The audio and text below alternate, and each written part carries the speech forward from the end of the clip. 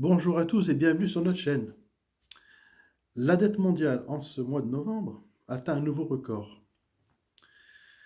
Elle devrait dépasser les 255 000 milliards de dollars à fin 2019, soit près de 230 000 milliards d'euros, ce qui représente près de 32 500 dollars pour chacun des 7,7 milliards d'humains vivant sur la Terre.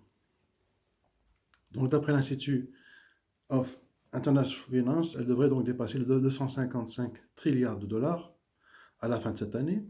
Et je rappelle,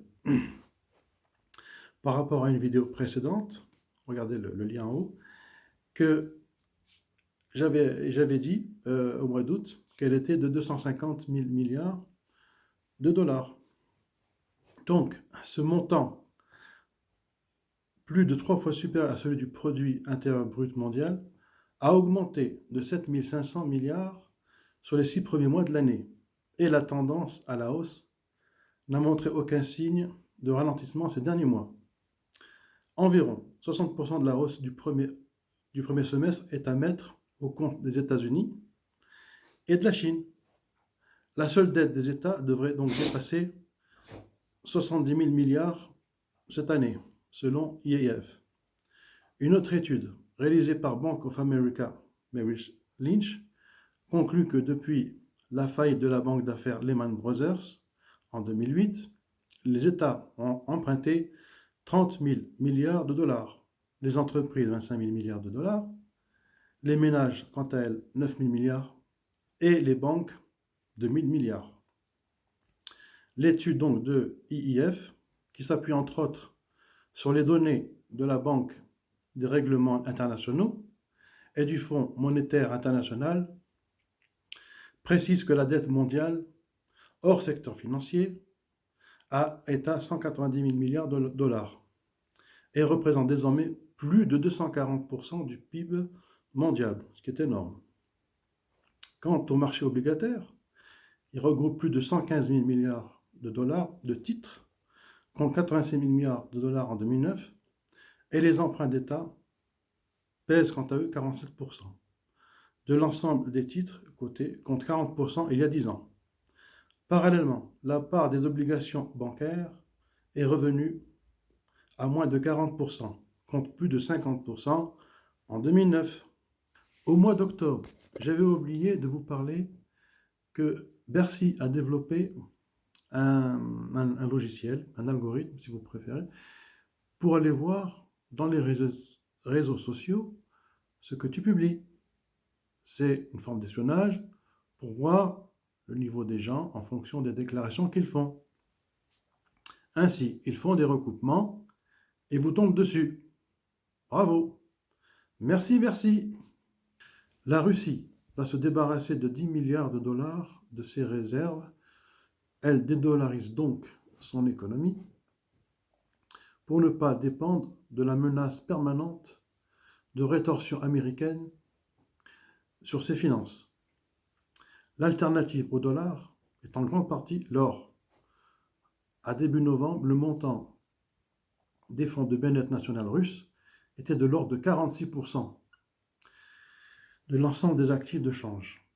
En 2020, la part du dollar diminuera jusqu'à 23,6% au profit de l'euro et du yuan chinois. Nous rappelons que la Chine, à partir de 2018, a commencé elle aussi à se débarrasser de la dette américaine en la vendant, mais en achetant aussi beaucoup d'or. On assiste de plus en plus, on voit que des États achètent de plus en plus de l'or pour se prémunir d'une éventuelle crise, d'un crash boursier mondial.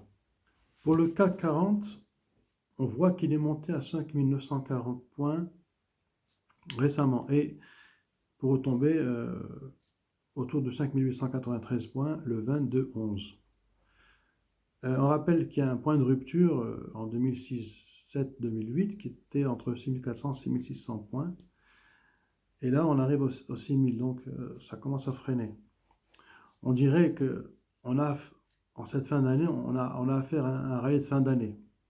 À ce rythme-là, il y aura forcément un correctif de 5-10%, certains disent 15-20%, nous dirons plutôt une moyenne de 8-10%, et ce en début 2020. On rappelle, les arbres ne montent pas au ciel. Et à ce moment-là, évidemment, beaucoup de gens rentreront, beaucoup de cash seront mis sur le marché. Et ça reprendra son souffle. Nous rappelons que le CAC 40 a fait 27% depuis décembre 2018, 25% depuis le 1er janvier 2019. Depuis le mois d'août, plus 15%. Donc je le répète, beaucoup de cash sur le marché, beaucoup de gérants, donc ils misent dès qu'il y a une baisse. Les OAT, obligations assimilables au trésor. Donc l'emprunt souverain français sur un mois emprunté en début novembre à moins 0,40%. Aujourd'hui, les taux à 0%, donc il y a moins de stress. Quant à l'Allemagne, elle emprunte à un mois à moins 0,82%. Mais tout le monde est d'accord pour dire que les taux vont rester bas encore longtemps, comme je l'ai déjà dit auparavant dans des vidéos précédentes. À Bordeaux, l'immobilier a pris plus de 42%. Lyon est en vogue, avec une bonne infrastructure. En France, très encadré, les taux de déficit de paiement sont de 1 à 2%. En Belgique, il est plus difficile d'emprunter pour acheter. Les riches, bien sûr, on leur prête toujours. On rappelle que le taux de repos des banques était de moins 0,4 à moins 0,5. Donc les banques font davantage attention maintenant. En Belgique, les prêts hypothécaires sont plus élevés, 0,91%. En France, on a eu des taux de 0,91, 0,8, voire 0,5%, taux directeur, avant assurance. L'assurance est quand même plus chère que le taux, on le rappelle. En France, les banques, quand elles vous prêtent de l'argent, en cas de prêt hypothécaire, font une sorte de packaging, une sorte de all-inclusive, qui fait que quand vous avez signé le contrat, il est difficile de changer d'assurance et d'aller ailleurs par rapport à la loi 2018 qui le permet.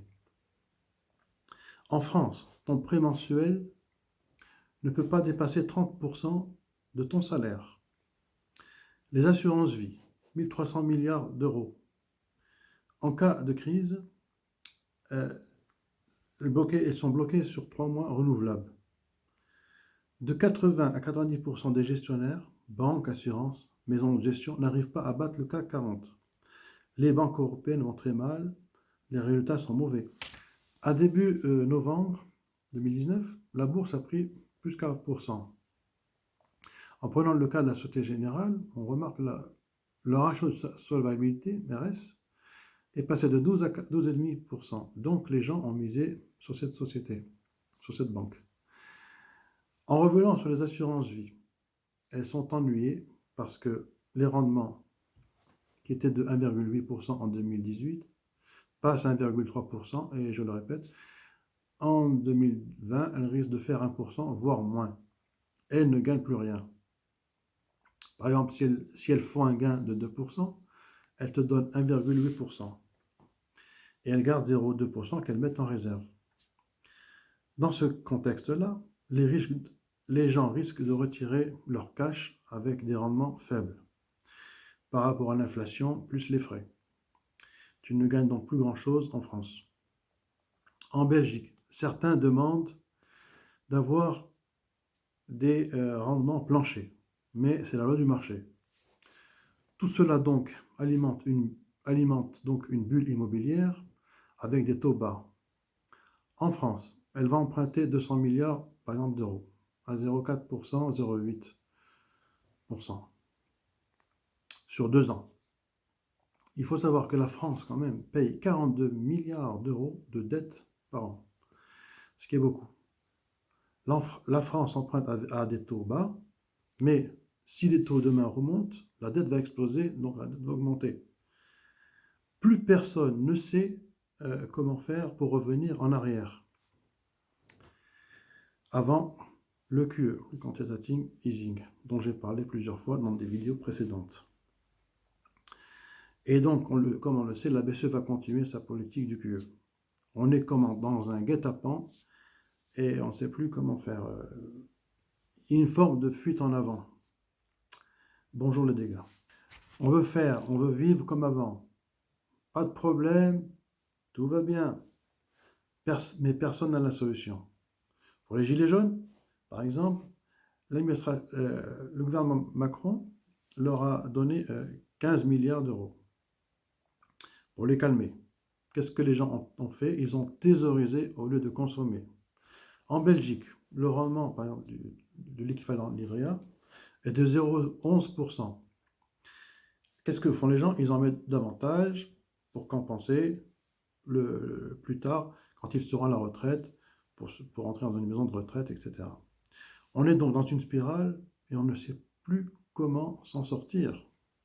France Trésor a emprunté sur 10 ans à 0%. Le jour où elle demande un prêt sur 10 ans, elle demande un prêt de 3 milliards d'euros et qu'elle n'obtient que 500 millions, c'est dire que moins de confiance, voire plus de confiance. Eh bien, croyez-moi, mesdames, messieurs, on le saura. Même les taux en Allemagne remontent. Ils sont passés de moins 0,82 à moins 0,40% sur 10 ans. Donc, les économistes disent que ça va. Mais on rappelle qu'au troisième trimestre, le taux de croissance en Allemagne était proche de zéro. Le taux de croissance au quatrième trimestre sera de combien? En négatif? En quelque chose? Récession? Un dirigeant allemand, ex-ministre des Finances, dit qu'il faudrait une protection bancaire européenne. Il faudrait qu'une grosse banque qui se tiendrait garant des dépôts sur une base de 100 000 euros. Mais tout cela dépend des pays. Pour les banques, quand tu fais par exemple un virement vers un client et que ça se fait de suite, très dangereux. Pourquoi? Parce que elles ne gagnent plus sur le temps qu'elles mettaient à créditer le compte qui rapporte. Avant, quand tu faisais un virement d'un compte vers un compte qui rapporte 2-3% par exemple, mais tu serais crédité 2-3 jours après. Pendant ce laps de temps, les banques gagnaient beaucoup d'argent sur les intérêts qu'elles ne donnaient pas sur le compte. Si le virement se fait de suite maintenant, en instantané, et que si ce virement fait et que le contrat n'est pas encore signé, tu perds ton fric. 8 gestionnaires sur 10 en bourse font moins bien que le CAC 40. Alors qu'en achetant des ETF, tu gagnes beaucoup plus. En revenant, la ristourne des gestionnaires est de 4,8% sur 10 ans. En moyenne, nous avons un chiffre de 4,2% sur 10 ans. La ristourne de ce jour, on ne saura pas ce qu'il y aura demain. Par contre, nous avons une gestion passive. Acheter des trackers, des ETF. Tu fais beaucoup mieux que les gestionnaires. Ça réplique à la hausse comme à la baisse. Très intéressant. Le DAX a fait 20% avec les dividendes réinjectés. Ce qui est tout le contraire avec le CAC 40, avec des dividendes non réinjectés. Le CAC 40, quand il fait 25%, sur un an, ne tient pas compte des dividendes réinvestis. On va comparer le CAC 40 qui est on prend 5800 points versus le DAX 13 000. On voit la différence.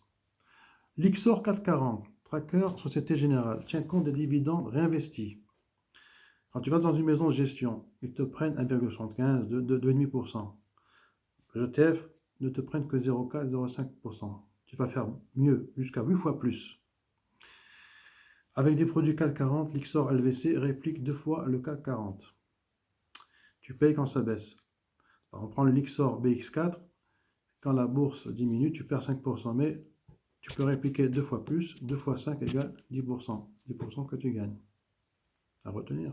En conclusion, dans ce monde de dingue, tout est fait pour ne pas s'affoler, pour qu'on continue dans cette lancée. Tout va bien dans le meilleur des mondes. Si tu as kiffé cette vidéo, tu likes, tu t'abonnes, tu partages avec tes amis. Tu peux laisser un commentaire, me fera toujours plaisir. Sur ces mots, je te laisse, je te dis à bientôt. Bye et à la prochaine. Ciao!